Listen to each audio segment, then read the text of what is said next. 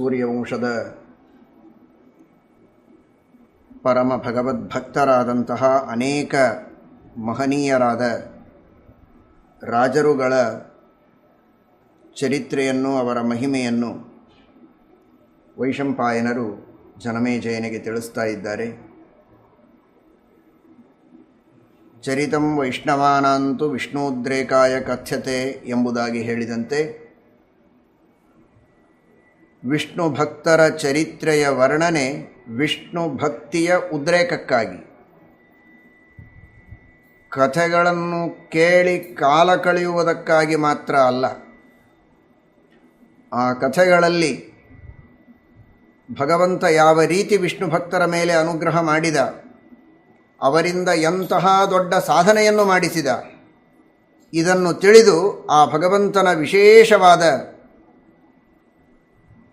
ಸ್ಮರಣೆಯನ್ನು ಮಾಡುತ್ತಾ ಅವನಲ್ಲಿ ಭಕ್ತಿಯ ಉದ್ರೇಕವನ್ನು ಮಾಡಿಕೊಳ್ಳುವುದಕ್ಕೋಸ್ಕರ ಆ ವಿಷ್ಣು ಭಕ್ತರ ಕಥೆಯನ್ನು ಹೇಳ್ತಾರೆ. ನಿನ್ನೆ ದಿವಸ ಕೇಳಿದಿರಿ, ಕುವಲಾಶ್ವ ಧುಂಧುಮಾರ ಎಂಬ ಹೆಸರನ್ನು ಪಡೆದ ಧುಂಧು ಎಂಬ ಅಸುರನನ್ನು ಸಂಹಾರ ಮಾಡಿ ಧುಂಧುಮಾರ ಎಂಬ ಕೀರ್ತಿಗೆ ಪಾತ್ರನಾದ ಒಳಗೆ ಶ್ರೀಮನ್ನಾರಾಯಣ ವಿಷ್ಣು ಪ್ರವೇಶ ಮಾಡಿ ಅವನೊಳಗಿದ್ದು ತಾನೇ ಆ ಎಲ್ಲ ಕಾರ್ಯವನ್ನು ಮಾಡಿಸಿತು.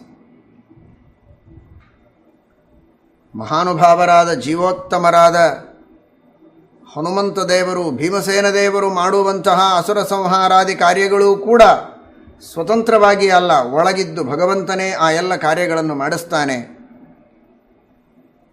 ಪಂಚಪಾಂಡವರಲ್ಲಿ ನಿಂತು ಕೌರವರ ಸಂಹಾರವನ್ನು ಮಾಡಿಸಿ, ಕೌರವರ ಸೈನ್ಯದ ಸಂಹಾರವನ್ನು ಮಾಡಿಸಿ ಅವರಿಗೆ ವಿಜಯವನ್ನು ಕೊಟ್ಟವನು ಪರಮಾತ್ಮನೇ ಎಂಬುದಾಗಿ ಶ್ರೀಮದಾಚಾರ್ಯರು ಮಹಾಭಾರತ ತಾತ್ಪರ್ಯ ನಿರ್ಣಯದಲ್ಲಿ, ಯಮಕ ಭಾರತದಲ್ಲಿ ತಿಳಿಸಿಕೊಡ್ತಾರೆ.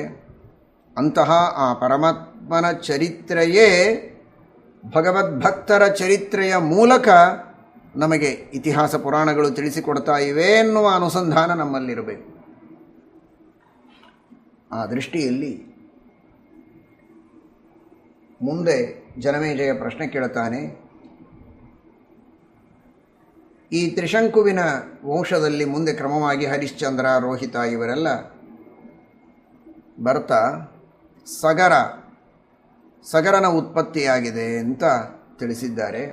ಆ ಸಗರನ ಚರಿತ್ರೆಯನ್ನು ವಿಶೇಷವಾಗಿ ತಿಳಿಯಬೇಕು ಅಂತ. ಯಾಕೆಂದರೆ ಸಗರನ ಬಗ್ಗೆ ಹೇಳುವಾಗ ಅವನು ಗರದಿಂದ ಸಹಿತನಾಗಿ ಹುಟ್ಟಿದ, ಅದಕ್ಕಾಗಿ ಅವನನ್ನು ಸಗರ ಅಂತ ಕರೆದರು ಅಂತ ಹಿಂದೆ ಬಂತು. ಸಗರಸ್ತು ಸುತೋಬಾಹೋಹೋ ಜಜ್ಞೆ ಸಹ ಗರೇಣ ಚ. ಗರ ಅಂದರೆ ವಿಷ, ವಿಷದಿಂದ ಸಹಿತವಾಗಿ ಅವನು ಹುಟ್ಟಿದ, ಅದಕ್ಕಾಗಿ ಅವನಿಗೆ ಸಗರ ಅಂತ. ಇದೇನು ವಿಚಿತ್ರ, ವಿಷದಿಂದ ಸಹಿತವಾಗಿ ಹುಟ್ಟೋದು ಅಂದರೆ ಏನು, ಯಾಕೆ ಆ ಪ್ರಸಂಗ ಬಂತು? ನಾನಾ ತರಹದ ವಿವಿಧ ದೇಶದ ಜನರನ್ನೆಲ್ಲ ಸೋಲಿಸಿದ, ಅವರೆಲ್ಲರನ್ನು ಶಾಸನ ಮಾಡಿದ ಅಂತ ಬರುತ್ತೆ. ಹೈಹಯ, ತಾಲಜಂಘ ಮೊದಲಾದ ಅನೇಕ ತರಹದ ಕ್ಷತ್ರಿಯರನ್ನೆಲ್ಲ ಸೋಲಿಸಿ ಅವರನ್ನು ಶಾಸನ ಮಾಡಿ ತನ್ನದೇ ಆದಂತಹ ರಾಜ್ಯದ ವಿಸ್ತಾರವನ್ನು ಮಾಡಿದ ಅಂತ ಸಂಕ್ಷೇಪವಾಗಿ ವೈಶಂಪಾಯನರು ಹೇಳಿದ್ದನ್ನು ಕೇಳಿ ಜನಮೇಜಯ ಕೇಳ್ತಾ ಇದ್ದಾನೆ. ಹೇಗೆ ಅವನು ವಿಷದಿಂದ ಸಹಿತನಾಗಿ ಹುಟ್ಟಿದ ಅನ್ನುವುದು ಒಂದು ಪ್ರಶ್ನೆ, ಇವರೆಲ್ಲರನ್ನ ಯಾಕೆ ಅವನು ಶಾಸನ ಮಾಡಿದ ಅಂತ. ಅದಕ್ಕೆ ವೈಶಂಪಾಯನರಂತಾರೆ, ಇವನ ತಂದೆ ಬಾಹುರಾಜ, ಸಜ್ಜನ, ಪರಾಕ್ರಮಿ, ಹೆಸರಿಗೆ ತಕ್ಕಂತೆ ಬಾಹುಬಲ ಚೆನ್ನಾಗಿದೆ. ಆದರೂ ಮನುಷ್ಯ ವಿಷಯ ಲಂಪಟನಾದ, ಭೋಗಾಸಕ್ತನಾದ, ವ್ಯಸನಗಳಿಗೆ ಬಲಿಯಾದ ಅಂದರೆ ಎಂತಹ ಜ್ಞಾನ ಇದ್ದರೂ, ಎಂತಹ ಬಲ ಇದ್ದರೂ, ಎಷ್ಟು ಜನರ ಸಹಾಯ ಇದ್ದರೂ ಕೂಡ ಅದೆಲ್ಲ ವ್ಯರ್ಥವಾಗತ್ತೆ. ಬಾಹೋರ್ ವ್ಯಸನಿನಸ್ತಾತ್ ಹೃತಂ ರಾಜ್ಯಮಭೂತ್ಕಿಲ. ಮಹಾಪರಾಕ್ರಮಿಯಾಗಿದ್ದರೂ ವ್ಯಸನಗಳಿಗೆ ಬಲಿಯಾಗಿದ್ದ ಅನ್ನುವುದಕ್ಕೆ ಇದೇ ಒಂದು ಅವಕಾಶ ಅಂತ ತಿಳಿದು ಶತ್ರುಗಳು ಆಕ್ರಮಣ ಮಾಡಿ ಅವನ ರಾಜ್ಯವನ್ನು ಅಪಹಾರ ಮಾಡಿದ್ದಾರೆ. ಹೈಹಯ, ತಾಲಜಂಘ, ಶಕ, ಯವನ, ಪಾರದ, ಕಾಂಬೋಜ, ಪಲ್ಲವ, ಖಸ ಹೀಗೆ ಅನೇಕ ಜನರು ಸೇರಿ ಇವನ ರಾಜ್ಯವನ್ನು ಅಪಹಾರ ಮಾಡಿದ್ದಾರೆ. ಏನು ಮಾಡಬೇಕು ಅಂತ ತೋಚದೆ ಹೆಂಡತಿಯನ್ನು ಕರೆದುಕೊಂಡು ಅರಣ್ಯಕ್ಕೆ ಹೋಗೋಣ, ಸಾಧನೆ ಮಾಡೋಣ, ದೇವರ ಉಪಾಸನೆಯನ್ನು ಮಾಡೋಣ, ರಾಜ್ಯವನ್ನಂತೂ ಕಳೆದುಕೊಂಡಾಯಿತು, ಇನ್ನೇನು ಮಾಡಬೇಕು ಅಂತ ಅಲ್ಲಿಂದ ಹೊರಟಿದ್ದಾರೆ. ಅರಣ್ಯದಲ್ಲಿದ್ದಾನೆ. ಕೆಲವು ದಿನಗಳವರೆಗೆ ತಪಸ್ಸು ಮಾಡಿದ. ನಾನಾ ವಿಧವಾದ ವ್ಯಸನಗಳಿಗೆ ಬಲಿಯಾಗಿದ್ದ ಹಿಂದೆ ಅನ್ನುವ ಕಾರಣಕ್ಕಾಗಿ ಸಾಧ್ಯವಾದಷ್ಟು ದಿನಗಳವರೆಗೆ ಸಾಧನೆಯನ್ನು ಮಾಡಿ, ತಪಸ್ಸನ್ನು ಮಾಡಿ, ಪ್ರಾಯಶ್ಚಿತ್ತವನ್ನು ಮಾಡಿಕೊಂಡು ಪ್ರಾಣಗಳನ್ನು ತ್ಯಾಗ ಮಾಡಿದ್ದಾನೆ. ಹೆಂಡತಿ ಒಬ್ಬಳೇ ಇದ್ದಾಳೆ. ಏನು ಮಾಡಬೇಕು ಅಂತ ತೋಚಲಿಲ್ಲ. ಸರಿ, ಗಂಡ ಪ್ರಾಣವನ್ನು ಕಳೆದುಕೊಂಡ ಮೇಲೆ ನಾನಾದರೂ ಇದ್ದು ಏನು ಮಾಡಬೇಕು ಒಬ್ಬಳೇ ಈ ಕಾಡಿನಲ್ಲಿ ಅಂತ ತಾನೂ ಪ್ರಾಣತ್ಯಾಗವನ್ನು ಮಾಡಬೇಕು ಅಂತ ಹೊರಟಾಗ ಮಹಾನುಭಾವರಾದಂತಹ ಔರ್ವ ಎಂಬ ಋಷಿಗಳು ಅಲ್ಲಿ ಬಂದಿದ್ದಾರೆ. ಆ ಋಷಿಗಳು ಹೇಳ್ತಾರೆ, ನೀನು ಈಗ ಪ್ರಾಣತ್ಯಾಗವನ್ನು ಸರ್ವಥಾ ಮಾಡತಕ್ಕದ್ದಲ್ಲ.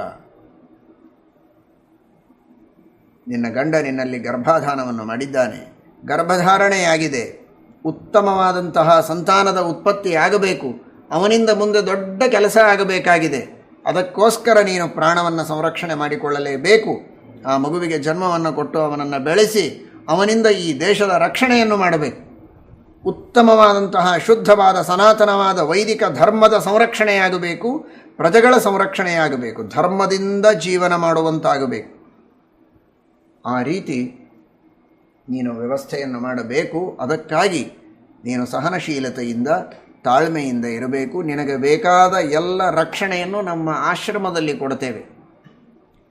ಅಲ್ಲಿ ಆಶ್ರಮದಲ್ಲಿರುವಂತಹ ಸ್ತ್ರೀಯರು ನಿಮ್ಮನ್ನು ಚೆನ್ನಾಗಿ ನೋಡಿಕೊಳ್ತಾರೆ, ಯಾವುದೇ ವಿಧವಾದ ಚಿಂತೆಯನ್ನು ಮಾಡಬೇಕಾದದ್ದಿಲ್ಲ ಅಂತ ತಮ್ಮ ಆಶ್ರಮದಲ್ಲಿ ಆ ರಾಜಪತ್ನಿಗೆ ಉತ್ತಮವಾದ ಒಂದು ಅವಕಾಶವನ್ನು ಕಲ್ಪಿಸಿಕೊಟ್ಟಿದ್ದಾರೆ. ಅಲ್ಲಿರುವಂತಹ ಋಷಿಪತ್ನಿಯರು ಇನ್ನುಳಿದವರೆಲ್ಲ ವಿಶೇಷವಾಗಿ ಆರೈಕೆಯನ್ನು ಮಾಡ್ತಾ ಇದ್ದಾರೆ. ಇವಳಿಗೆ ಮೊದಲೇ ಸವತಿಯರು ವಿಷ ಹಾಕಿದ್ರು. ತಮಗೆ ಮಕ್ಕಳಾಗಿಲ್ಲ, ಇವಳಲ್ಲಿ ಮಾತ್ರ ಗರ್ಭಧಾರಣೆಯಾಗಿದೆ ಅಂತ ಇವಳ ಮೇಲೆ ವಿಶೇಷವಾದ ಅಭಿಮಾನವನ್ನು ರಾಜ ಮಾಡ್ತಾನೆ ಅಂತ ತಿಳಿದಂತಹ ಸವತಿಯರು ವಿಷ ಹಾಕಿದ್ದಾರೆ. ಆ ವಿಷ ಹೊಟ್ಟೆಯಲ್ಲಿದೆ. ಹಾಗಿದ್ದರೂ ಕೂಡ ಇವರು ತಮ್ಮ ವಿಶೇಷವಾದಂತಹ ಸಾಮರ್ಥ್ಯದಿಂದ ಆ ವಿಷದ ಬಾಧೆ ಏನೂ ಆಗದಂತೆ ಆ ಮಗುವಿನ ಜನನ ಆಗೋ ಹಾಗೆ ದೇವರಲ್ಲಿ ಪ್ರಾರ್ಥನೆಯನ್ನು ಮಾಡಿಕೊಂಡು ಅನುಗ್ರಹವನ್ನು ಮಾಡಿ ಪುತ್ರೋತ್ಸವ ಆಗುವಂತೆ ಮಾಡಿದ್ದಾರೆ. ವಿಷ ಇದ್ದರೂ ಹುಟ್ಟಿದ, ಸಾಯದೇ ಹುಟ್ಟಿದ, ಗರ ಸಹಿತನಾಗಿ ಹುಟ್ಟಿದ, ಆದ್ದರಿಂದ ಅವನಿಗೆ ಸಗರ ಎಂಬ ಹೆಸರನ್ನು ಇಟ್ಟಿದ್ದಾರೆ. ಜಾತಕರ್ಮ ನಾಮಕರಣಾದಿಗಳನ್ನೆಲ್ಲ ಆಶ್ರಮದಲ್ಲಿಯೇ ಮಾಡುವುದಲ್ಲದೆ ಆ ಮಗು ದೊಡ್ಡದಾದ ಮೇಲೆ ಅವನಿಗೆ ವಿದ್ಯಾಭ್ಯಾಸವನ್ನು ಮಾಡಿಸಿದ್ದಾರೆ, ವೇದಶಾಸ್ತ್ರಗಳ ಅಧ್ಯಯನವನ್ನು ಮಾಡಿಸಿದ್ದಾರೆ. ಉಪನಯನ ಸಂಸ್ಕಾರವಾದ ಮೇಲೆ ಮುಖ್ಯವಾಗಿ ಆಗ್ನೇಯಾಸ್ತ್ರವನ್ನು ಉಪದೇಶ ಮಾಡಿದ್ದಾರೆ. ಎಂಥ ಶತ್ರುಗಳು ಬಂದರೂ ಅವರನ್ನು ಸೋಲಿಸಬೇಕು, ಅವರನ್ನು ನಿರ್ನಾಮ ಮಾಡಬೇಕು, ಧರ್ಮದ ರಾಜ್ಯವನ್ನು ಸ್ಥಾಪನೆ ಮಾಡಬೇಕು. ಅಂತಹ ಒಂದು ಮಹಾಶಕ್ತಿಯನ್ನು ಅವನಿಗೆ ನೀಡಿದ್ದಾರೆ. ಆಗ್ನೇಯಾಸ್ತ್ರವನ್ನು ಕೊಟ್ಟಿದ್ದಾರೆ. ಆಗ್ನೇಯಂತು ಮಹಾಘೋರಂ ಅಮರೈರಪಿ ದುಸ್ಸಹಂ ಅಂತಹ ಅಸ್ತ್ರವನ್ನು ಕೊಟ್ಟಿದ್ದಾರೆ. ಅಸ್ತ್ರವನ್ನು ಕೊಟ್ಟದ್ದೇ ತಡ ಹೊರಟಿದ್ದಾನೆ ಯುದ್ಧಕ್ಕೆ.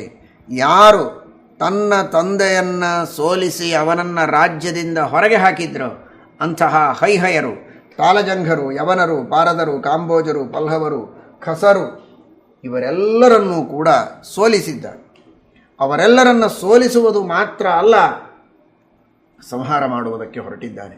ಸಾಕಷ್ಟು ಜನರನ್ನು ಸಂಹಾರ ಮಾಡಿದ್ದಾನೆ. ಹಾಗೇ ಸಂಹಾರ ಮಾಡ್ತಾ ಇದ್ದಾನೆ. ಯಾರ್ಯಾರು ವಿರೋಧಿಗಳಿದ್ದರೋ, ಯಾರ್ಯಾರು ಇವನ ತಂದೆಗೆ ದ್ರೋಹ ಮಾಡಿದರೋ, ಇವನನ್ನು ಹೊರಗೆ ಹಾಕಿದರೋ, ರಾಜ್ಯವನ್ನು ಕಸಿದುಕೊಂಡಿದ್ದರೋ ಆ ಎಲ್ಲ ಶತ್ರುಗಳನ್ನು ಸೋಲಿಸಿ ಮತ್ತೆ ಮರಳಿ ರಾಜ್ಯವನ್ನು ಪಡೆಯಬೇಕು ಅಂತ ಹೊರಟಿದ್ದಾನೆ. ಅವರೆಲ್ಲ ಶತ್ರುಗಳು ಇವನ ಬಲ, ಇವನ ಪರಾಕ್ರಮ, ಇವನ ವಿದ್ಯೆ, ಅಸ್ತ್ರವಿದ್ಯೆ ಇದರ ಮುಂದೆ ನಾವು ನಿಲ್ಲುವುದಕ್ಕೆ ಸಾಧ್ಯ ಇಲ್ಲ ಅಂತ ಗೊತ್ತಾಗಿ ಆಲೋಚನೆ ಮಾಡಿದ್ದಾರೆ. ಏನು ಇವನನ್ನು ತಡೆಯುವುದಕ್ಕಿರುವ ಉಪಾಯ ಏನು? ಅವರಿಗೆ ಗೊತ್ತು, ಇವರೆಲ್ಲ ಗುರುಭಕ್ತರು ಅಂತ. ಗುರುವಿನ ಆಜ್ಞೆಯನ್ನು ಉಲ್ಲಂಘನೆ ಮಾಡುವವರಲ್ಲ. ಈ ಇಕ್ಷ್ವಾಕು ವಂಶದಲ್ಲಿ ಬಂದ ಈ ಎಲ್ಲ ರಾಜರು, ಸೂರ್ಯವಂಶದ ರಾಜರು, ಧರ್ಮದಲ್ಲಿ ಶ್ರದ್ಧೆ ಇದ್ದವರು, ನಿಷ್ಠೆ ಇದ್ದವರು, ಗುರುಗಳಲ್ಲಿ ಭಕ್ತಿಯನ್ನು ಮಾಡುವವರು. ನೇರವಾಗಿ ಓಡಿ ಹೋಗಿದ್ದಾರೆ. ರಣರಂಗವನ್ನು ಬಿಟ್ಟು ವಸಿಷ್ಠರ ಆಶ್ರಮಕ್ಕೆ ಹೋಗಿದ್ದಾರೆ. ವಸಿಷ್ಠರಿಗೆ ಶರಣಾಗತರಾದರು. ವಸಿಷ್ಠರಿಗೆ ಗೊತ್ತು ಇವರೆಲ್ಲ ನಮ್ಮ ರಾಜ್ಯದ ಶತ್ರುಗಳು ಅಂತ. ಆದರೂ ಕೂಡ ಶರಣಾಗತರ ರಕ್ಷಣೆಯನ್ನು ಮಾಡಬೇಕು ಅನ್ನುವುದು ಒಂದು ಧರ್ಮ. ವಸಿಷ್ಠಸ್ತ್ವಥ ತಾನ್ ದೃಷ್ಟ್ವಾ ಸಮಯೇನ ಮಹಾದ್ಯುತಿ. ಸಮಯ ಅಂದರೆ ನಿಯಮ, ಶಾಸ್ತ್ರದಲ್ಲಿ ಹೇಳಿದ ನಿಯಮ. ಶರಣಾಗತರನ್ನು ರಕ್ಷಣೆ ಮಾಡಬೇಕು, ಅವರಿಗೆ ಅಭಯ ನೀಡಬೇಕು ಅಂತ. ಆದ್ದರಿಂದ ಇವರೆಲ್ಲ ಶರಣಾಗತರಾಗಿದ್ದಾರೆ, ಆದ್ದರಿಂದ ಇವರನ್ನು ಸಂಹಾರ ಮಾಡುವುದು ಸರಿಯಲ್ಲ ಅಂತ ವಸಿಷ್ಠರು ಸಗರನಿಗೆ ಆಜ್ಞೆಯನ್ನು ಮಾಡಿದ್ದಾರೆ. ಗುರುಗಳ ಆಜ್ಞೆ ಎಂದ ಮೇಲೆ ಅದನ್ನು ಸ್ವೀಕಾರ ಮಾಡಿದ್ದಾನೆ. ತಾವು ಹೇಗೆ ಹೇಳ್ತೀರೋ ಹಾಗೆ ಮಾಡ್ತೇನೆ, ಆದರೆ ಇವರು ಬಹಳ ಉನ್ಮತ್ತರಾಗಿದ್ದಾರೆ, ದುಷ್ಟರಾಗಿದ್ದಾರೆ, ಏನು ಮಾಡಬೇಕು ಅಂತ. ಶಾಸನ ಮಾಡು, ಸಂಹಾರ ಮಾಡಬೇಡ ಅಂತ ಹೇಳಿದ್ದಾರೆ. ಹೇಳಿದಾಗ ಏನು ಶಾಸನ ಮಾಡಿದ್ದಾನೆ ಅಂದರೆ ಅವರನ್ನು ವಿಕೃತಗೊಳಿಸಿದ್ದಾನೆ. ಕೆಲವರಿಗೆ ಅರ್ಧ ತಲೆ ಬೋಳಿಸಿದ್ದಾನೆ, ಕೆಲವರಿಗೆ ಪೂರ್ಣವಾಗಿ ತಲೆ ಬೋಳಿಸಿದ್ದಾನೆ. ಒಬ್ಬೊಬ್ಬರನ್ನು ಒಂದೊಂದು ರೀತಿ ಮಾಡಿದ್ದಾನೆ. ವಿಚಿತ್ರ ವಿಚಿತ್ರ ವೇಷಗಳು, ಕೆಲವರಿಗೆ ಒಳಬಟ್ಟೆ ಇಲ್ಲ, ಹೊರಬಟ್ಟೆ ಇಲ್ಲ, ಹೀಗೆ ಭಾಗವತದಲ್ಲಿಯೂ ವರ್ಣನೆ ಬರುತ್ತದೆ. ಆ ತರಹದ ವಿಚಿತ್ರ ವೇಷ, ವಿಚಿತ್ರ ಕೇಶ ಇವುಗಳನ್ನು ಮಾಡಿದ್ದಾನೆ ಅವರಿಗೆ. ಯವನರ ಸಂಪೂರ್ಣವಾದ ತಲೆ ಬೋಳಿಸಿದ್ದಾನೆ, ಶಕರಿಗೆ ಅರ್ಧ ತಲೆ ಬೋಳಿಸಿದ್ದಾನೆ, ಹೀಗೆಲ್ಲ ಮಾಡಿದ್ದಾನೆ. ಪಲ್ಲವರು ಕೇವಲ ಮೀಸೆಯನ್ನು ಧಾರಣೆ ಮಾಡುವಂತೆ, ಪಾರದರು ತಲೆ ತುಂಬ ಕೂದಲವನ್ನು ಹಾಗೆ ಬಿಟ್ಟುಕೊಳ್ಳುವಂತೆ ಹೀಗೆಲ್ಲ ಮಾಡಿದ. ಏನಿದೆಲ್ಲ, ಇದು ಏನು ದೊಡ್ಡ ಶಿಕ್ಷೆ ಅಂತ ಪ್ರಾಚೀನರ ಒಂದು ವ್ಯವಸ್ಥೆ ನೋಡಿ. ಭಾಗವತ ಹಾಗೂ ಮಹಾಭಾರತ, ಭಾಗವತದ ನವಮಸ್ಕಂಧದಲ್ಲಿ ಹಾಗೂ ಮಹಾಭಾರತದ ಈ ಹರಿವಂಶ ಪರ್ವದಲ್ಲಿ ಕೆಲಭಾಗದಲ್ಲಿ ಈ ವಿಷಯವನ್ನು ಹೇಳ್ತಾ ಇದ್ದಾರೆ. ವಿಕೃತ ವೇಷ, ವಿಕೃತ ಕೇಶ ಯಾವಾಗ ಅವರಿಗಾಯಿತೋ ಆಗ ಅವರು ವೇದಾಧ್ಯಯನದ ಅಧಿಕಾರವನ್ನು ಕಳೆದುಕೊಂಡರು. ಕ್ಷತ್ರಿಯರಾಗಿದ್ದರೂ ಕೂಡ ನಿಸ್ವಾಧ್ಯಾಯ ವಷಟ್ಕಾರಾ ಕೃತಾಸ್ತೇನ ಮಹಾತ್ಮನ. ಇವನು ಸೋಲಿಸಿ ಕಳಿಸಿದ ಮೇಲೆ ಅವರು ತಮ್ಮ ಮನೆಯಲ್ಲಿ ತಾವು ಏನಾದರೂ ಮಾಡಿಕೊಳ್ಳಬಹುದಾಗಿತ್ತಲ್ಲ ಅಂತ. ಧರ್ಮ ಅಷ್ಟು ನಿಷ್ಠುರವಾಗಿತ್ತು ಆವತ್ತಿನ ಕಾಲದಲ್ಲಿ. ತಾವು ಯಾವ ರೀತಿಯ ಕೇಶಧಾರಣೆ ಮಾಡಬೇಕೋ ಹಾಗೆ ಮಾಡದಂತೆ ವಿಕೃತ ಕೇಶಧಾರಣೆ ಮಾಡಿದ್ದಕ್ಕೆ, ವಿಕೃತ ವೇಷಧಾರಣೆ ಮಾಡಿದ್ದಕ್ಕೆ, ಇನ್ನು ಮುಂದೆ ವೇದಾದಿ ಸಚ್ಚಾಸ್ತ್ರಗಳ ಅಧ್ಯಯನವನ್ನು ನಾವು ಮಾಡುವುದಕ್ಕೆ ಸಾಧ್ಯ ಇಲ್ಲ, ತ್ರೈವರ್ಣಿಕರಾದ ನಮಗೆ ಅಧಿಕಾರ ಇದ್ದರೂ ಇನ್ನು ಮುಂದೆ ನಾವು ಮಾಡುವಂತಿಲ್ಲ ಅಂತ ಅನಿವಾರ್ಯವಾಗಿ ಅವರು ಬಿಡಬೇಕಾಯಿತು. ಬಿಟ್ಟದ್ದಕ್ಕೆ ಅವರ ಶಕ್ತಿ ಕಡಿಮೆಯಾಯಿತು, ಅವರ ಸತ್ವ ಕಡಿಮೆಯಾಯಿತು. ಆ ರೀತಿಯಲ್ಲಿ ಅವರನ್ನು ಸೋಲಿಸಿ ಶಿಕ್ಷೆಯನ್ನು ಕೊಟ್ಟಿದ್ದಾನೆ, ಆಧ್ಯಾತ್ಮಿಕವಾದ ಶಿಕ್ಷೆಯನ್ನು ಕೊಟ್ಟಿದ್ದಾನೆ ಅಂತ ಹೇಳಬೇಕಾದರೆ ಇವತ್ತಿನ ಜನರು ಎಷ್ಟು ಚೆನ್ನಾಗಿ ಇದನ್ನು ಅರ್ಥ ಮಾಡಿಕೊಳ್ಳಬೇಕು ಅಂತ.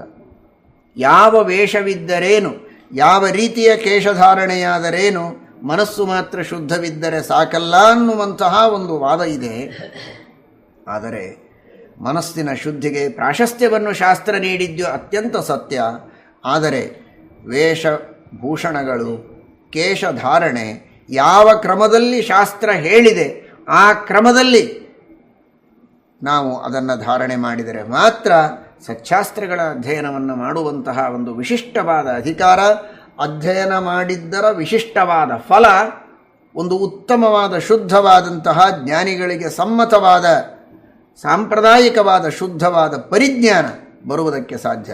ಇಲ್ಲದಿದ್ದರೆ ಅವ್ಯವಸ್ಥಿತವಾದಂತಹ ಜ್ಞಾನವನ್ನು ಪಡೆದು ಭಗವಂತನ ಪ್ರೀತಿಗೆ ಸಾಧನವಾಗದೇ ಇರುವಂತಹ ಪ್ರಸಂಗ ಬಂದೀತು ಅನ್ನುವ ಎಚ್ಚರವನ್ನು ಮಹಾಭಾರತ ಭಾಗವತಗಳು ಒಕ್ಕೊರಳಿನಿಂದ ಹೇಳ್ತಾ ಇವೆ ಎನ್ನುವುದನ್ನು ಗಮನಿಸಬೇಕು.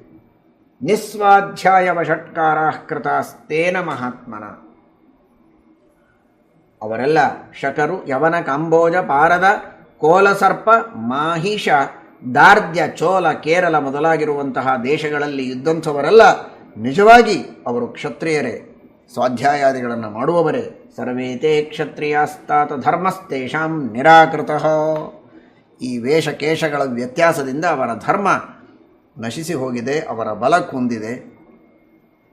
ಮತ್ತೆ ಮುಂದೆ ಅವರು ಯೋಗ್ಯರಾದ ಜೀವರಾಗಿದ್ದರೆ ಕಾಲಾಂತರದಲ್ಲಿ ಪುನಃ ಧರ್ಮಾನುಷ್ಠಾನವನ್ನು ಮಾಡಿ ಸಾಧನೆಯನ್ನು ಮಾಡಿಕೊಳ್ಳುವುದಕ್ಕೆ ಅವಕಾಶ ಇದೆ.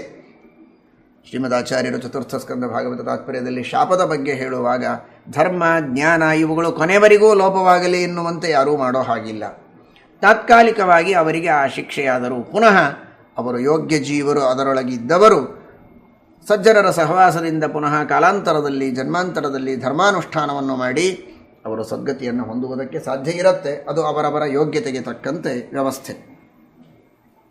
ಹೀಗೆ ಇವರೆಲ್ಲರನ್ನ ಸೋಲಿಸಿ ಸಾಲ್ವರು, ವಂಗರು, ಕೌಂತಲರು, ಕೌಂಕಣರು ಇವರೆಲ್ಲರನ್ನೂ ಸೋಲಿಸಿ ತನ್ನ ರಾಜ್ಯದ ವಿಸ್ತಾರವನ್ನು ಮಾಡಿಕೊಂಡಿದ್ದಾನೆ. ಹಾಗಾದರೆ ಎಲ್ಲ ಕಡೆಗಿರುವ ರಾಜರನ್ನು ಸೋಲಿಸಿ ರಾಜ್ಯದ ವಿಸ್ತಾರವಾದ ಮೇಲೆ ಸುಮ್ಮನೆ ಕೂಡುವುದು ಏಕೆ? ಅಶ್ವಮೇಧ ಯಾಗವನ್ನೇ ಮಾಡಬಹುದಲ್ಲ ಅಂತ. ಎಲ್ಲರನ್ನು ಸೋಲಿಸಿ ಮಾಡಬೇಕಾದದ್ದು, ಹೇಗೂ ಸೋಲಿಸಿ ಆಗಿದೆ. ಇನ್ನು ಅಶ್ವವನ್ನು ಕಳಿಸಿ ತರಿಸುವುದು ಏನು ಅಷ್ಟು ದೊಡ್ಡ ಕೆಲಸ ಅಲ್ಲ, ಸುಲಭವಾಗಿ ನಾವು ಅಶ್ವಮೇಧ ಯಾಗವನ್ನು ಮಾಡಬಹುದು ಅಂತ ಅಶ್ವಮೇಧ ಯಾಗವನ್ನು ಮಾಡ್ತಾ ಇದ್ದಾನೆ. ಆ ಅಶ್ವಮೇಧ ಯಾಗವನ್ನು ಮಾಡುವಂತಹ ಸಂದರ್ಭದಲ್ಲಿ ಇವನಿಗೆ 60,000 ಜನ ಮಕ್ಕಳು. ಅದರ ಬಗ್ಗೆ ಮುಂದೆ ವರ್ಣನೆ ಇದೆ.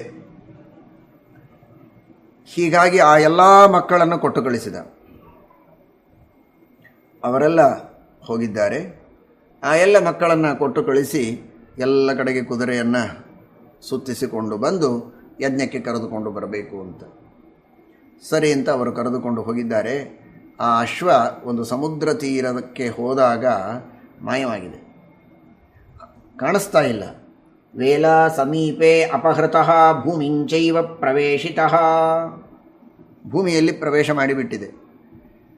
ಅಶ್ವದ ಜೊತೆಗೆ ಹೋದವರು ಅಶ್ವ ಮಾಯವಾಯಿತು, ಅಂತರ್ಹಿತವಾಯಿತು ಅಂತ ಹೇಳಿಬಿಟ್ರು. ಹಾಗಾದರೆ ನೀವೆಲ್ಲ ಮಕ್ಕಳು ಸೇರಿ ಅದನ್ನು ಹುಡುಕಿಕೊಂಡು ಬನ್ನಿ ಅಂತ ಸಗರ ರಾಜ ಹೇಳಿದ. 60,000 ಜನ ಮಕ್ಕಳು, ಒಬ್ಬರಲ್ಲ ಇಬ್ಬರು ಹೋಗಿದ್ದಾರೆ. ಯಾವ ಪ್ರದೇಶದಲ್ಲಿ ಕುದುರೆ ಅಂತರ್ಹಿತವಾಯಿತೋ, ಭೂಗತವಾಯಿತೋ ಆ ಭೂಮಿಯನ್ನು ಖನನ ಮಾಡ್ತಾ ಇದ್ದಾರೆ.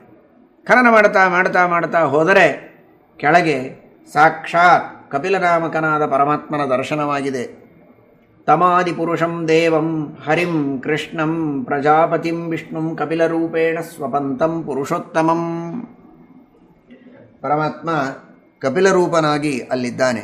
ಸರ್ವೋತ್ತಮನಾದ ಶ್ರೀಹರಿ ಕೃಷ್ಣ ಅಂತಾರೆ.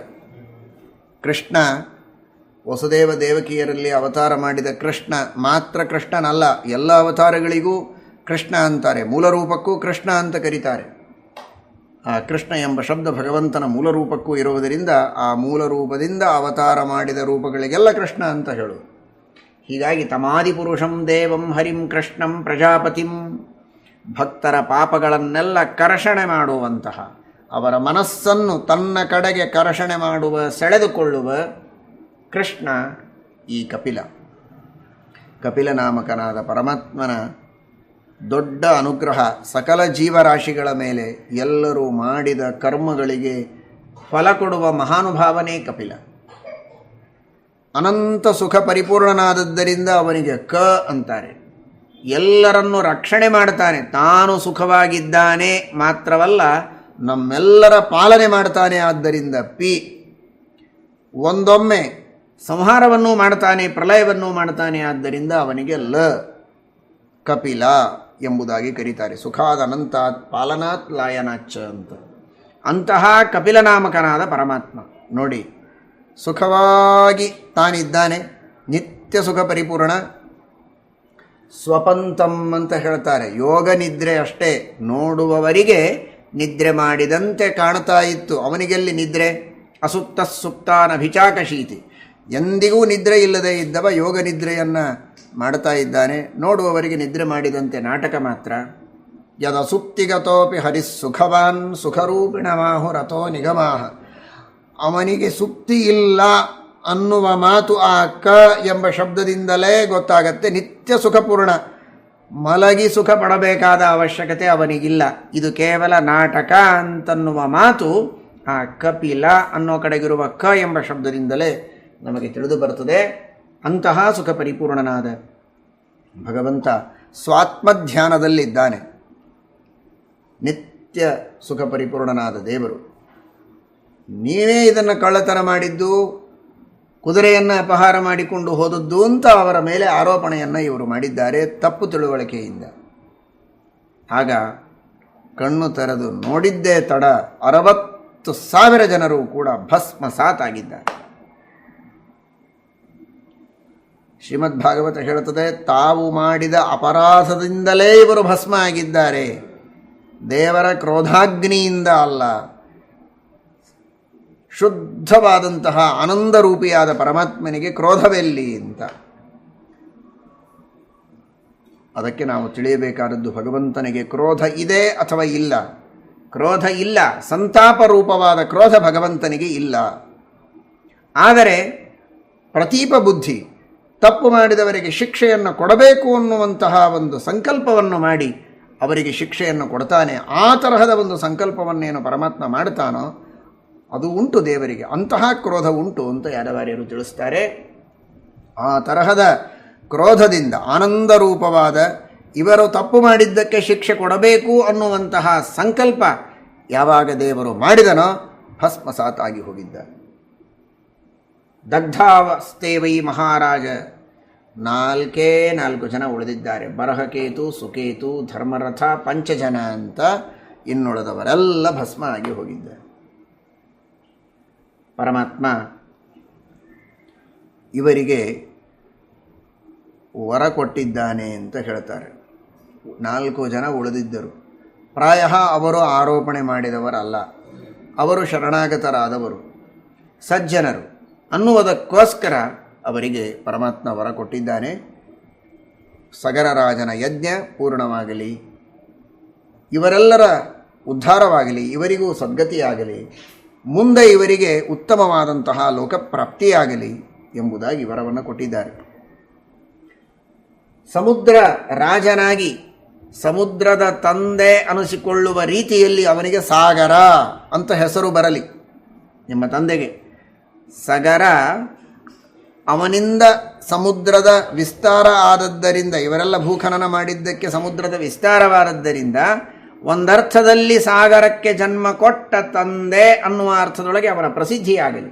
ಪುತ್ರಂ ಸಮುದ್ರಂಚ ವಿಭು ಸ್ವರ್ಗವಾಸಂ ತಥಾಕ್ಷಯಂ, ಮುಂದೆ ಉತ್ತಮವಾದ ಸ್ವರ್ಗವನ್ನು ಪಡೆಯಲಿ, ಮಕ್ಕಳಿಗೂ ಉತ್ತಮವಾದ ಲೋಕಪ್ರಾಪ್ತಿಯಾಗಲಿ ಎಂಬುದಾಗಿ ವಿಶೇಷವಾಗಿ ಸಮುದ್ರನೇ ಬಂದು ಆ ಸಗರರಾಜನಿಗೆ ವಿಶೇಷವಾಗಿ ಎಲ್ಲ ರೀತಿಯ ಮಾನ ಸನ್ಮಾನಗಳನ್ನು ಮಾಡುವಂತಾಗಲಿ, ಅಶ್ವಮೇಧಯಾಗ ಪರಿಪೂರ್ಣವಾಗಲಿ ಅಂತ ಪರಮಾತ್ಮ ಅನುಗ್ರಹವನ್ನು ಮಾಡಿದ್ದಾನೆ.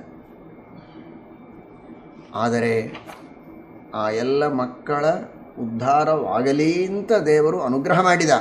ಉದ್ಧಾರವಾದ ಬಗೆ ಹೇಗೆ, ಅದಕ್ಕೆ ಯಾವ ಕ್ರಮದಲ್ಲಿ ಉದ್ಧಾರವಾಯಿತು ಅದನ್ನು ಜನಮೇಜಯ ಕೇಳಿದ್ದಕ್ಕೆ ವೈಶಂಪಾಯನರು ಹೇಳ್ತಾ ಇದ್ದಾರೆ.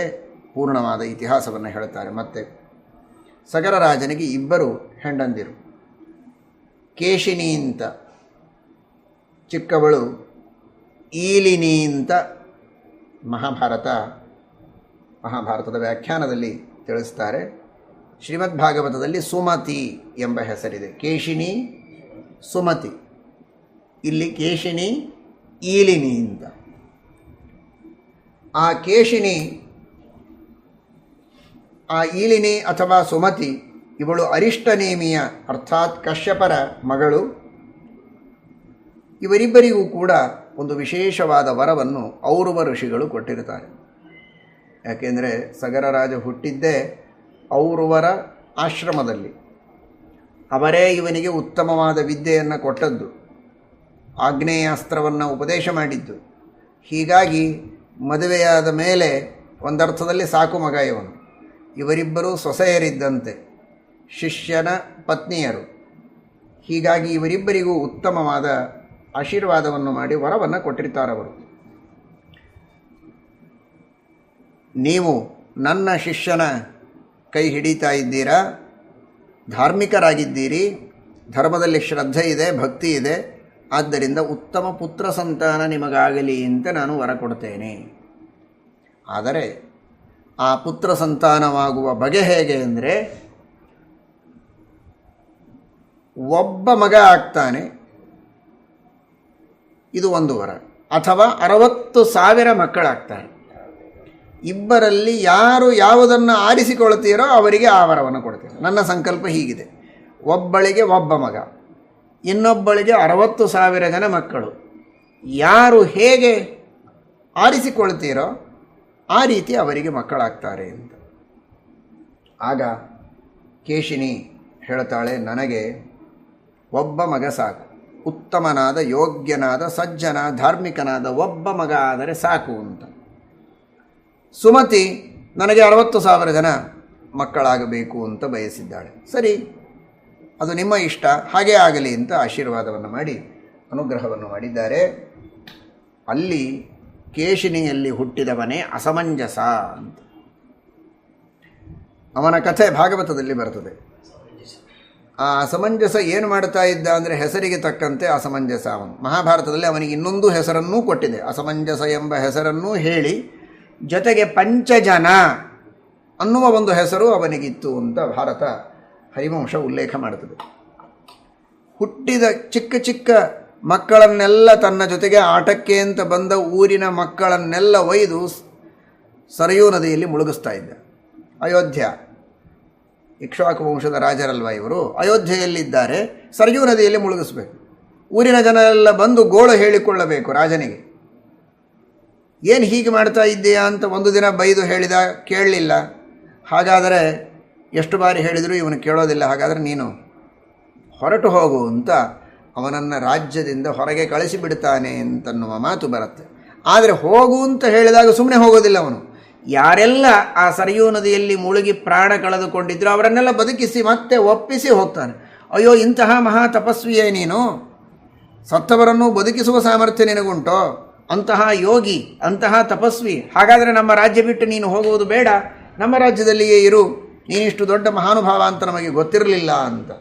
ಅವನು ಹೇಳ್ತಾನೆ, ನಾನು ಇಲ್ಲಿಂದ ಹೊರಡೋದಕ್ಕೇನೆ ಇದೊಂದು ಉಪಾಯ ಮಾಡಿದೆ, ನನಗೆ ಸಾಕಾಗಿದೆ ಈ ಸಂಸಾರ. ಅವನಿಗೆ ಮದುವೆಯಾಗಿತ್ತು, ಮಕ್ಕಳಾಗಿದ್ದರು. ಹೀಗಾಗಿ ನನಗೆ ಸಾಕಾಗಿದೆ ಈ ಸಂಸಾರ, ನಾನು ಅರಣ್ಯಕ್ಕೆ ಹೋಗಿ ತಪಸ್ಸು ಮಾಡ್ತೇನೆ ಅಂತ ಇದೇ ಒಂದು ನಿಮಿತ್ತ ಮಾಡಿಕೊಂಡು ಅವನು ಹೊರಟು ಹೋಗ್ತಾನೆ, ಸಾಧನೆಯನ್ನು ಮಾಡಿಕೊಳ್ತಾನೆ ಎನ್ನುವ ವಿಚಾರ ಶ್ರೀಮದ್ ಭಾಗವತದಲ್ಲಿ ಬರುತ್ತೆ. ಇನ್ನೊಬ್ಬಳು ಸುಮತಿ. ಆ ಸುಮತಿ ಅಥವಾ ಈಲಿನಿ, ಅವಳಿಗೆ ಒಂದು ತುಂಬಿ, ಆ ತುಂಬಿ ಫಲ ಸೋರೆಕಾಯಿ, ಉದ್ದಾಗಿರುವ ಸೋರೆಕಾಯಿ, ಗುಂಡಾಗಿದ್ದರೆ ಬೇರೆ, ಇದು ಉದ್ದಾಗಿರುವಂತಹ ಒಂದು ತರಹದ ಸೋರೆಕಾಯಿ. ಅದು ಹೇಗೆ ಅನೇಕ ಬೀಜಗಳಿಂದ ತುಂಬಿಕೊಂಡದ್ದಾಗಿರಬೇಕೋ ಹಾಗೆ ಇದು ಅನೇಕ ಜೀವರಿಂದ ತುಂಬಿಕೊಂಡದ್ದು. ಅನೇಕ ಸೂಕ್ಷ್ಮವಾದ ಜೀವಗಳನ್ನು ಪಡೆದುಕೊಂಡು ಒಂದು ಗರ್ಭದ ಪಿಂಡ ಹುಟ್ಟಿದೆ ಅಷ್ಟೆ. ಆ ಗರ್ಭದ ಪಿಂಡದಲ್ಲಿ 60,000 ಸೂಕ್ಷ್ಮವಾದ ಒಂದು ಎಳ್ಳಿನ ಕಾಳಿನಷ್ಟು ಸಣ್ಣ ಸಣ್ಣ ಸಣ್ಣ ಸಣ್ಣ ಗರ್ಭಗಳು. ತಿಲಸಂಹಿತಾ ತತ್ರ 60,000 ಗರ್ಭಾಸ್ತೆ ತಿಲಸಂಹಿತಾ.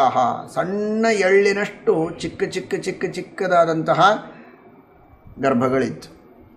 ಅದನ್ನು ಪ್ರತ್ಯೇಕವಾದ ತುಪ್ಪದ ಕೊಡದಲ್ಲಿ ಹಾಕಿದ್ದಾನೆ ಸಗರರಾಜ. ಆ ಒಂದೊಂದು ಕೊಡದಲ್ಲಿ ಆ ಗರ್ಭಗಳನ್ನು ಚೆನ್ನಾಗಿ ಆರೈಕೆ ಮಾಡಿ ಅವತ್ತಿನ ಕಾಲದ ವಿಜ್ಞಾನದಂತೆ, ಆ ವೈದ್ಯರ ಸೂಚನೆಯಂತೆ ಯಾವ ರೀತಿಯ ರಾಸಾಯನಿಕವಾದ ವ್ಯವಸ್ಥೆಯನ್ನು ಅಲ್ಲಿ ಮಾಡುವುದರಿಂದ ಚೆನ್ನಾಗಿ ಅವುಗಳು ಬೆಳೆಯಬಹುದೋ ಹಾಗೆ ಬೆಳೆಸಿ ನೋಡಿಕೊಳ್ಳುವುದಕ್ಕೆ ಒಬ್ಬೊಬ್ಬ ದಾಸಿಯರನ್ನು ಇಟ್ಟಿದ್ದಾನೆ. ಧಾತ್ರಿ, ಅದನ್ನು ನೋಡಿಕೊಳ್ಳುವುದಕ್ಕೆ 60,000 ಗರ್ಭಗಳನ್ನು ಬೆಳೆಸುವುದಕ್ಕೆ ಒಬ್ಬಳು ಸುಮತಿ ಏನು ನೋಡಿಕೊಳ್ಳೋದಕ್ಕಾಗತ್ತೆ? 60,000 ಜನ ಹೆಣ್ಣು ಮಕ್ಕಳಿಗೆ ಅದನ್ನು ಚೆನ್ನಾಗಿ ನೋಡಿಕೊಂಡು ಬೆಳೆಸುವುದಕ್ಕೆ ವ್ಯವಸ್ಥೆ ಮಾಡಿದ್ದಾನೆ. ಕೆಲವು ಕಾಲದ ನಂತರ 10 ತಿಂಗಳು ಕಳೆದ ಮೇಲೆ ಒಳ್ಳೆ ಉತ್ತಮವಾದಂತಹ ಶಿಶುಗಳು ಹೊರಗೆ ಬಂದಿವೆ. ಆ ಒಂದೊಂದು ಕೊಡದಿಂದಲೂ ಕೂಡ ದಶಸು ಮಾಶೇಶು ಕುಮಾರಾಸ್ತೆ ಯಥಾಕಾಲಂ ಸಗರ ಪ್ರೀತಿವರ್ಧನ. ಉತ್ತಮರಾದಂತಹ ಪುತ್ರರ ಉತ್ಪತ್ತಿಯಾಗಿದೆ. ಹೀಗೆ 60,000 ಜನ ಮಕ್ಕಳನ್ನು ಇನ್ನೊಬ್ಬಳಲ್ಲಿ ಪಡೆದಿದ್ದಾನೆ. ಪ್ರತ್ಯೇಕವಾಗಿ ಅಷ್ಟೆಲ್ಲ ಜನರನ್ನು ಪ್ರಸವ ಮಾಡೋದು ಅಂದರೆ ಒಬ್ಬ ವ್ಯಕ್ತಿಗೆ ಹೇಗೆ ಸಾಧ್ಯ ಅನ್ನುವ ಪ್ರಶ್ನೆಗೆ ಮಹಾಭಾರತ ಹರಿವಂಶವೇ ಉತ್ತರ ಕೊಡ್ತಾ ಇದೆ. ಅವಳು ಪಡೆದದ್ದು ಒಂದೇ ಗರ್ಭವನ್ನು ಹೊರಗೆ, ಆದರೆ ಅದರಲ್ಲಿ ಇದ್ದದ್ದು 60,000 ಸೂಕ್ಷ್ಮವಾದ ಭಾಗಗಳು. ಅವುಗಳನ್ನು ಬಿಡಿಸಿ ಪ್ರತ್ಯೇಕವಾದ ಘಟಗಳಲ್ಲಿ ಬೆಳೆಸಿದ್ದಾರೆ. ತೇಷಾಂ ನಾರಾಯಣಂ ತೇಜ ಪ್ರವಿಷ್ಟಾನಾಂ ಮಹಾತ್ಮನಾಂ. ಅವರೆಲ್ಲರಲ್ಲಿಯೂ ಭಗವಂತನ ಒಂದು ವಿಶಿಷ್ಟವಾದ ತೇಜಸ್ಸು, ವಿಶಿಷ್ಟವಾದ ಸಾಮರ್ಥ್ಯ. ಹೇಗೆ ಕುವಲಾಶ್ವನಲ್ಲಿ ವಿಶೇಷವಾಗಿ ದೇವರ ಸನ್ನಿಧಾನ ಇತ್ತು ಅಂತ ಹರಿವಂಶ ಹೇಳಿತೋ, ಹಾಗೆ ಈ 60,000 ಜನ ಹಾಗೂ ಪಂಚಜನ ಇವರೆಲ್ಲರಲ್ಲಿಯೂ ಕೂಡ ಆ ಭಗವಂತನ ಒಂದು ವಿಶೇಷವಾದಂತಹ ಸನ್ನಿಧಾನ ಇದೆ. ಆ ಪಂಚಜನನಿಂದ ಅಂಶುಮಾನ್ ಎಂಬಂತಹ ಮಗ ಹುಟ್ಟುತ್ತಾನೆ. ಆ ಅಂಶುಮಾನ್ ಅನ್ನುವವನಿಗೆ ದಿಲೀಪ ಅನ್ನುವ ಮಗ. ಆ ದಿಲೀಪನಿಗೇನೆ ಖಟ್ವಾಂಗ ಎಂಬಂತಹ ಹೆಸರಿತ್ತು ಅಂತ ಹರಿವಂಶ ಹೇಳುತ್ತದೆ. ಭಾಗವತದ ಪ್ರಕಾರ ಖಟ್ವಾಂಗ ಸ್ವಲ್ಪ ಮುಂದೆ ಹುಟ್ಟಿ ಬರ್ತಾನೆ ಅಂತ ಇದೆ. ಕಲ್ಪಭೇದಾದಿನ ವ್ಯತ್ಯಾಸವನ್ನು ತಿಳಿದುಕೊಳ್ಳಬೇಕು. ಆ ದಿಲೀಪ ಎಂಬ ಹೆಸರು ಹಾಗೂ ಖಟ್ವಾಂಗ ಎಂಬ ಹೆಸರು, ಇನ್ನೊಬ್ಬ ದಿಲೀಪ ಬರ್ತಾನೆ ಮತ್ತೆ ಮುಂದೆ, ಅವನು ಬೇರೆ. ಈ ಖಟ್ವಾಂಗ ಇವನೂ ಕೂಡ ದೇವಲೋಕಕ್ಕೆ ಹೋಗಿ ದೇವತೆಗಳ ಸೇವೆ ಮಾಡ್ತಾನೆ. ಆ ದೇವತೆಗಳ ಸೇವೆಯನ್ನು ಮಾಡಿದಾಗ ದೇವತೆಗಳು ಏನು ಬೇಕೋ ವರ ಕೇಳೋದ್ರೆ ನನ್ನ ಆಯುಷ್ಯ ಎಷ್ಟು ಹೇಳಿ, ಒಂದು ಮುಹೂರ್ತ ಮಾತ್ರ ಅಂತ ಹೇಳ್ತಾರೆ. ಅಷ್ಟು ತಿಳಿದದ್ದೇ ತಡ ತನ್ನ ಸ್ಥಾನಕ್ಕೆ ಬಂದು ಸರ್ವಸಂಗ ಪರಿತ್ಯಾಗ ಮಾಡಿ, ಯಾವ ಮಾಯಾಮೋಹಗಳನ್ನು ಮಮತೆಗಳನ್ನು ರಾಜ್ಯದ ಮೇಲೆ, ಬಂಧು ಬಾಂಧವರ ಮೇಲೆ, ಹೆಂಡತಿ ಮಕ್ಕಳ ಮೇಲೆ ಇಟ್ಟುಕೊಳ್ಳದಂತೆ ಏಕಾಗ್ರ ಮನಸ್ಸಿನಿಂದ ಭಗವಂತನ ಧ್ಯಾನವನ್ನು ಮಾಡಿ ಉತ್ತಮವಾದ ಸದ್ಗತಿಯನ್ನು ಹೊಂದುತ್ತಾನೆ ಈ ಮಹಾನುಭಾವ. ಪರೀಕ್ಷಿದ್ರಾಜರಿಗೆ ಶುಕಾಚಾರ್ಯರು ಇವನ ದೃಷ್ಟಾಂತವನ್ನೇ ಕೊಡ್ತಾರೆ. ಖಟ್ವಾಂಗೋ ನಾಮ ರಾಜರ್ಷಿ ಜ್ಞಾತ್ವಾ ಇಯಪ್ತಾಮಿಹಾಯುಷಃ. ತನ್ನ ಆಯುಷ್ಯ ಎಷ್ಟಿದೆ ಅಂತ ತಿಳಿದ 2ನೆಯ ಕ್ಷಣ ಸಾಧನೆಯನ್ನು ಮಾಡಿ ಒಂದು ಮುಹೂರ್ತದೊಳಗೇನೆ ಉತ್ತಮವಾದ ಭಗವದ್ಧ್ಯಾನವನ್ನು ಮಾಡಿ ಶ್ರೇಷ್ಠವಾದ ಸದ್ಗತಿಯನ್ನು ಹೊಂದಿದ್ದಾನೆ. ಹಾಗಾದರೆ ಮನುಷ್ಯನಿಗೆ ಸಮಯ ಇಲ್ಲ ಅಂತ ಹೇಳುವುದು ಸರಿಯಲ್ಲ. ಸಮಯವನ್ನು ಸಾರ್ಥಕ ಮಾಡಿಕೊಳ್ಳುವುದಕ್ಕೆ ಗೊತ್ತಿಲ್ಲ. ಸಮಯವನ್ನು ಸಾರ್ಥಕ ಮಾಡಿಕೊಂಡರೆ ಖಟ್ವಾಂಗನಂತೆ ಶ್ರೇಷ್ಠವಾದ ಸದ್ಗತಿಯನ್ನು ಹೊಂದಬಹುದು ಎಂಬುದಾಗಿ ಶಾಸ್ತ್ರ ನಮಗೆ ತಿಳಿಸಿಕೊಡುತ್ತದೆ. ಅಂತಹ ಮಹಾನುಭಾವ, ಅದರ ಉಲ್ಲೇಖವನ್ನು ಮಹಾಭಾರತ ಹರಿವಂಶವು ಮಾಡುತ್ತೆ. ಏನ ಸ್ವರ್ಗಾದಿಹಾಗತ್ಯ ಮುಹೂರ್ತಂ ಪ್ರಾಪ್ಯ ಜೀವಿತಂ ತ್ರಯೋನುಸಂಧಿತ ಲೋಕಾಹ ಬುದ್ಧ ಸತ್ತೇನ ಚಾನಕ. ಆ ಒಂದೇ ಮುಹೂರ್ತದೊಳಗೆ ಪರಮಾತ್ಮನ ಧ್ಯಾನವನ್ನು ಮಾಡಿ ಸದ್ಗತಿಯನ್ನು ಹೊಂದಿದ್ದಾನೆ. ಈ ವಂಶದಲ್ಲಿ ಈ ದಿಲೀಪನ ಮಗನಾಗಿಯೇ ಭಗೀರಥ ಬರ್ತಾನೆ. ಅಂಶುಮಾನ್ ಪ್ರಯತ್ನ ಮಾಡಿದ, ಅವನಿಗಾಗಲಿಲ್ಲ. ದಿಲೀಪ ಪ್ರಯತ್ನ ಮಾಡ್ತಾನೆ. ಗಂಗೆಯನ್ನು ತಂದು ಆ ಎಲ್ಲ 60,000 ಜನರೆಲ್ಲ ಏನು ಭಸ್ಮ ಆಗಿದ್ದಾರೋ ಅವರನ್ನು ಉದ್ಧಾರ ಮಾಡುವುದಕ್ಕೆ ಅವನಿಗೂ ಆಗುವುದಿಲ್ಲ. ಭಗೀರಥ ಮಾತ್ರ ಬಹಳ ಪ್ರಯತ್ನವನ್ನು ಮಾಡ್ತಾನೆ. ಭಗೀರಥ ಪ್ರಯತ್ನ ಅಂತ ಜಗತ್ತಿನಲ್ಲಿ ಪ್ರಸಿದ್ಧ. ಅಂತಹ ಪ್ರಯತ್ನವನ್ನು ಮಾಡಿ ತಪಸ್ಸು ಮಾಡಿ ಗಂಗೆಯನ್ನು ಸಾಕ್ಷಾತ್ಕಾರ ಮಾಡಿಕೊಳ್ಳುತ್ತಾನೆ. ನಾನು ಕೆಳಗಿಳಿದು ಬಂದರೆ ವೇಗದಿಂದ ಆ ರಭಸವನ್ನು ಭೂಮಿ ತಡೆದುಕೊಳ್ಳೋದಕ್ಕಾಗೋದಿಲ್ಲ ಅಂತ ಕೇಳಿದರೆ ಮತ್ತೆ ರುದ್ರದೇವರನ್ನು ಕುರಿತು ತಪಸ್ಸು ಮಾಡಿ ರುದ್ರದೇವರನ್ನು ಒಲಿಸಿಕೊಂಡು, ಇವತ್ತು ಸೋಮವಾರ ರುದ್ರದೇವರ ವಿಶೇಷವಾದಂತಹ ಸ್ಮರಣೆ, ಶ್ರಾವಣ ಸೋಮವಾರ ಮೊದಲನೆಯ ಸೋಮವಾರ ವಿಶೇಷ. ಅಂತಹ ಮಹಾನುಭಾವರು ರುದ್ರದೇವರು ಇವನ ತಪಸ್ಸಿಗೆ ಮೆಚ್ಚಿ ಪ್ರತ್ಯಕ್ಷರಾಗಿ ಏನು ಬೇಕೋ ವರ ಕೇಳು ಅಂದರೆ ಹೇಳಿದ್ದಾನೆ. ಈ ರೀತಿ ಗಂಗೆಯನ್ನು ಧಾರಣೆ ಮಾಡಿ ಭೂಮಿಗೆ ಬಿಡಬೇಕು ಅಂತ ತಥಾಸ್ತು ಹೊಂದಿದ್ದಾರೆ. ಆದರೆ ಗಂಗೆ ಬರುವಾಗ ಸ್ವಲ್ಪ ಅಹಂಕಾರದಿಂದ ಬಂದಳು ಅಂತ, ನನ್ನ ರಭಸವನ್ನು ಇವರಿಗಾದರೂ ತಡೆಯೋದಕ್ಕಾಗತ್ತೋ ಇಲ್ಲೋ ಅಂತ, ಹಾಗಾದರೆ ತೋರಿಸಿಬಿಡ್ತೇನೆ ನನ್ನ ಸಾಮರ್ಥ್ಯವನ್ನು ಅಂತ ರುದ್ರದೇವರು ಒಂದು ತೊಟ್ಟು ನೀರು ಕೂಡ ಕೆಳಗೆ ಬೀಳದೇ ಇರೋ ಹಾಗೆ ಸಂಪೂರ್ಣವಾಗಿ ತಮ್ಮ ಜಟಾಜೂಟದಲ್ಲಿ ಧಾರಣೆ ಮಾಡಿದ್ದಾರೆ. ಏನು ಆ ರುದ್ರದೇವರ ಮಹಾಮಹಿಮೆ, ಅವರ ಸಾಮರ್ಥ್ಯ, ಅವರ ತಪಸ್ಸು, ಅವರ ಶಕ್ತಿ, ಅದ್ಭುತವಾದ ಐಶ್ವರ್ಯ ಊಹೆ ಮಾಡೋದಕ್ಕೆ ಸಾಧ್ಯ ಇಲ್ಲ. ಆ ಸಮಗ್ರವಾದ ಗಂಗೆಯ ಜಲವನ್ನೇ ತಮ್ಮ ಜಟಾಜೂಟದಲ್ಲಿ ಧಾರಣೆ ಮಾಡಿದ್ದಾರೆ. ಆಗ ಪುನಃ ಭಗೀರಥ ತಪಸ್ಸು ಮಾಡಿ ಪ್ರಾರ್ಥನೆ ಮಾಡಿ ಕೇಳಿಕೊಂಡದ್ದಕ್ಕೆ ಆ ಗಂಗಾದೇವಿಯನ್ನು ಬಿಟ್ಟಿದ್ದಾರೆ. ಭೂಮಿಯ ಮೇಲೆ ಬಂದಿದ್ದಾಳೆ. ಆ ಗಂಗಾ ಸ್ಮರಣ ಮಾತ್ರದಿಂದ ಗಂಗೇತಿಯೋ ಬ್ರೂಯಾತ್ ಯೋಜನಾನಾಂ ಶತೈರಪಿ ಮುಚ್ಚತೆ ಸರ್ವಪಾಪೇಭ್ಯ ವಿಷ್ಣುಲೋಕಂ ಸಗಚ್ಚತಿ ಎಂಬುದಾಗಿ ಹೇಳಿದಂತೆ ಗಂಗಾ ಸ್ಮರಣೆ ಮಾಡುವ ಮಾತ್ರದಿಂದ ಪಾಪಗಳ ಪರಿಹಾರವಾಗ್ತದೆ. ದರ್ಶನ ಮಾತ್ರದಿಂದ ಪಾಪದ ಪರಿಹಾರ. ಇನ್ನು ಸ್ನಾನ ಮಾಡಿದರೆ ಏನು ಕೇಳಬೇಕು? ಅಂಬತ್ವದ್ ದರ್ಶನನ್ ಮುಕ್ತಿ ನಜಾನೇ ಸ್ನಾನಜಂ ಫಲಂ ಅಂತ. ದರ್ಶನ ಮಾತ್ರದಿಂದಲೇ ಮೋಕ್ಷ, ಪಾಪಗಳಿಂದ ಮೋಕ್ಷವಾಗ್ತದೆ, ಪಾಪಗಳ ಮೋಚನೆಯಾಗ್ತದೆ. ಅಂತಹ ಪರಮ ಪವಿತ್ರವಾದ ಗಂಗೆಯನ್ನು ತಂದು ಆ ಸಗರನ 60,000 ಜನ ಪುತ್ರರ ಭಸ್ಮದ ಮೇಲೆ ಭಸ್ಮೀಭೂತಾಂಗ ಸಂಗೇನ ಸ್ವರ್ಯಾತಾಹ ಸಗರಾತ್ಮಜಾಹ ಕಿಂ ಪುನಃ ಶ್ರದ್ಧಯಾ ದೇವೀಂ. ಭಾಗವತ ಹೇಳುತ್ತದೆ, ಕೇವಲ ಅವರ ಭಸ್ಮದ ಮೇಲೆ ಗಂಗೆ ಹರಿದು ಹೋದದ್ದಕ್ಕೆ 60,000 ಜನರು ಕೂಡ ಶ್ರೇಷ್ಠವಾದ ಸದ್ಗತಿಯನ್ನು ಹೊಂದಿದ್ದಾರೆ.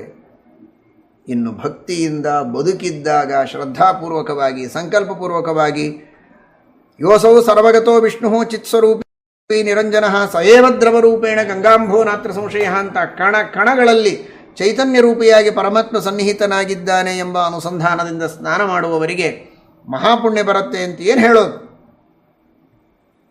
ಎಂಬುದಾಗಿ ಭಾಗವತ ವರ್ಣನೆ ಮಾಡಿದೆ.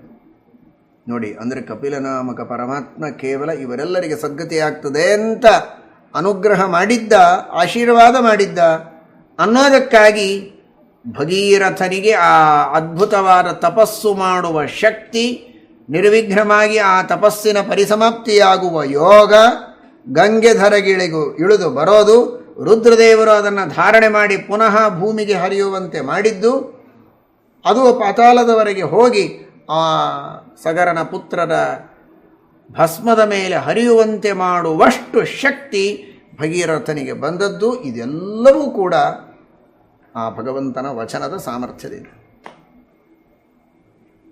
ಅಷ್ಟೆಲ್ಲ ಸಾಧನೆಯನ್ನು ಮಾಡಿ ಭಗೀರಥ ತಮ್ಮ ಪಿತೃಗಳ ಒಂದು ಉದ್ಧಾರವನ್ನು ಮಾಡಿದ್ದಾನೆ.